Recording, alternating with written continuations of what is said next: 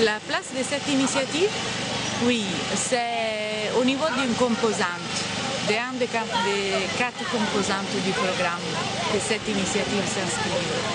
Et précisément, c'est la composante hygiène et assainissement, promotion de l'hygiène et de l'assainissement, qui veut comme objectif changer les mauvais comportements des populations liés à l'hygiène.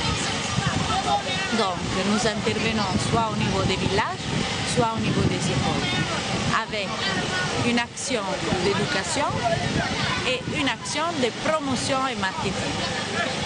Au niveau des écoles, ce qu'on a fait, c'est former les enseignants pour leur apprendre une méthodologie d'éducation à l'hygiène qui s'appelle Fast Sarah.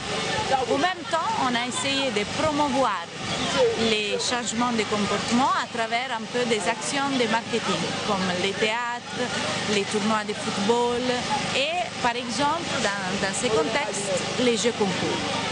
Les jeux concours qui a mis en compétition 11 écoles pour voir quelles étaient les écoles qui faisaient plus d'efforts pour être la plus propre, qui respectaient plus de tous l'hygiène et les règles de base d'hygiène. Voilà, donc aujourd'hui ce programme, vous l'avez exécuté dans les écoles, c'est vrai, mais les élèves au-delà de l'école peuvent servir de relais dans le cadre de la sensibilisation des parents. Est-ce que vous avez pris en compte cet aspect? Oui, tout à fait.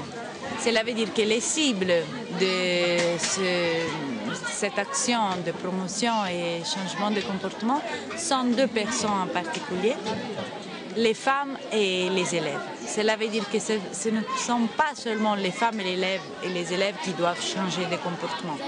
Eux, ils sont les vecteurs, parce que les femmes sont un peu les personnes qui encore à l'heure actuelle s'occupent plus de questions d'hygiène et d'assainissement. Et en même temps parce que les élèves, en rentrant à la maison, parlent avec tous les membres de la concession, du ménage, et peuvent transmettre ces messages jusqu'à la maison. Donc en dehors de l'assainissement, quels sont les autres volets ou les autres composantes du programme FEPAM Tangori? Donc, le programme Tangori se déroule depuis 2006-2007 au niveau de tout l'arrondissement de Tangori. Ces composantes sont la réalisation d'infrastructures hydrauliques, cela veut dire château d'eau, forage et réseau d'adduction multivillage avec des branchements particuliers au niveau de chaque concession. Après, la deuxième composante, c'est les infrastructures sanitaires, cela veut dire la construction de latrines et améliorée au niveau de chaque concession. La troisième composante, c'est la gestion du service de l'eau. Cela veut dire former des associations des usagers des forages pour pouvoir prendre en charge le relais de maintenance, gestion ordinaire, opérationnelle de toutes ces infrastructures que nous allons réaliser.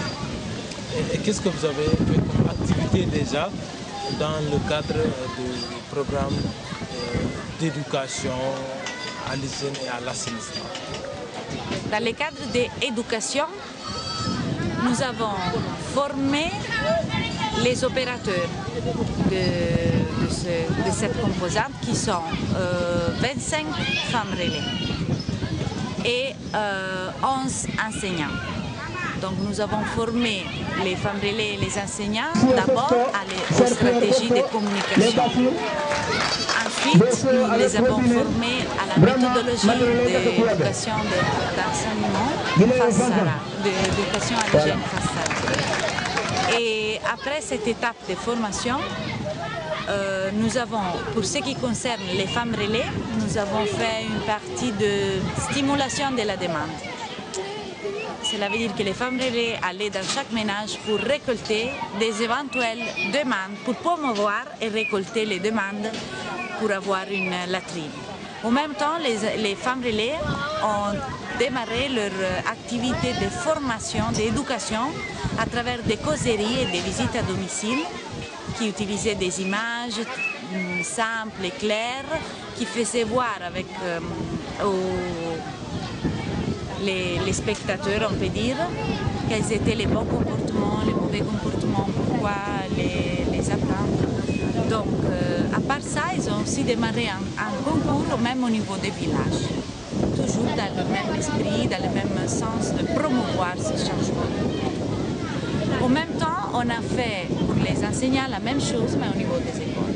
En plus, on a fait des théâtres, des séances de théâtre forum, plus de 15 manifestations théâtrales dans lesquelles les acteurs devenaient la population même.